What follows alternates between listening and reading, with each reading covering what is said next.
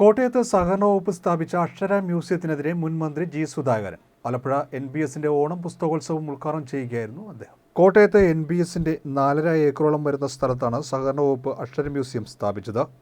NBSന്റെ museum എന്തിനാണെന്ന് G Sudhakaran ചോദിച്ചു.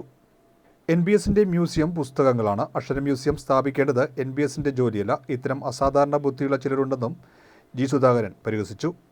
Alappuzha ST college history വിഭാഗം റിട്ടയേർഡ് മേധാവി പ്രൊഫസർ P നാരായണൻ അധ്യക്ഷത വഹിച്ചു. Press club president Roy Kottarachira, baby Parakkadan, SPCS marketing manager G Bibin, Alappuzha manager Jijo Murali, Naveen തുടങ്ങിയവർ പങ്കെടുത്തു. റോയൽറ്റി കുടിശ്ശിക എത്രയാണെന്ന് വെച്ചാൽ ഭരണസമിതി കൂടി വിലയിരുത്തിയിട്ട് നമുക്കത് റോയൽറ്റി കുടിശ്ശിക കൊടുക്കാൻ, വേറെ വായ്പയൊന്നും എടുക്കാൻ പോകരുത്, വേറെ അപകടമുണ്ട്. വായ്പയെ എടുക്കാൻ പാടില്ല. സംഗതി ഇങ്ങനെയാണെങ്കിൽ അവിടെ കുറച്ച് സ്ഥലമുണ്ടായിരുന്നു. ഏക്കറാണോ സെന്റാണോ എനിക്ക് ഓർമ്മയില്ല, വളരെ സ്ഥലമുണ്ട്. അത് വിൽക്കാൻ വേണ്ടി എന്നെ ഒരുപാട് ഉപദേശിച്ചു. ഞാൻ സമ്മതിച്ചില്ല. വിൽക്കാനല്ല ഞങ്ങൾ വന്നത്, ഇന്നും വിൽക്കാൻ നമ്മുടെ തയ്യാറ്. അത് പുതുതായിട്ട് ആർജിക്കാൻ അവിടെ ഒരു മ്യൂസിയം അങ്ങ് സ്ഥാപിച്ചു. എത്ര ഏക്കറാന്ന് എനിക്ക് ഓർമ്മയില്ല, 2 ഏക്കർ 4 ഏക്കർ ഭൂമി, 4 ഏക്കർ. 1 സെന്റ് സ്ഥലത്തിന് 5 മുതൽ 10 ലക്ഷം വരെ. 1 സെന്റ് 400 ഏക്കർ, 450 ഏക്കർ. 2.5 കോടി മുതൽ 5 കോടി വരെ കിട്ടുന്നില്ല. അവിടെ ഒരു മ്യൂസിയം, അക്ഷര മ്യൂസിയം.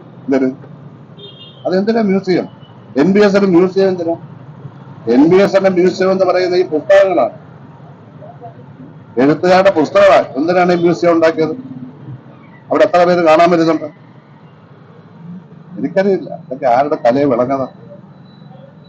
ആ ഭൂമി അവിടെ ഉണ്ടായിരുന്നെങ്കിലോ എന്ത് രാഷ്ട്രീയമായിരുന്നു? ഒന്നും വേണ്ട, അവിടെ വലിയൊരു 3 നിലയിലുള്ള വലിയൊരു ഷോപ്പിംഗ് കോംപ്ലക്സ് ഉണ്ടാക്കും, വാടകയ്ക്ക് കൊടുക്കാൻ. എത്ര ലക്ഷം ആദായം കിട്ടുമായിരുന്നു?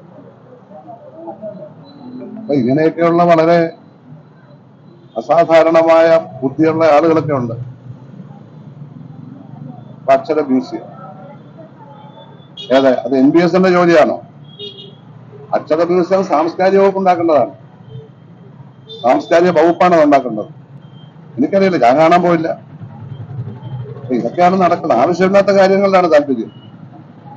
ഈ പുസ്തകം നല്ല പുസ്തകം പ്രസിദ്ധീകരിക്കുക, അതിന് റോയൽറ്റി കൊടുക്കുക, വായ്പയെല്ലാം അടയ്ക്കുക, ഇങ്ങനെയൊക്കെയുള്ള കാര്യങ്ങൾ നടത്തി റോയൽറ്റി കുടിശ്ശിക, റോയൽറ്റി തുക പ്രത്യേക ഒരു അക്കൗണ്ടിലിട്ട്, അപ്പൊ റോയൽറ്റി തീർച്ചയായിട്ടും കൊടുക്കാമല്ലോ. പുസ്തകം വിൽക്കാൻ എന്തായാലും പൈസ കിട്ടുമല്ലോ.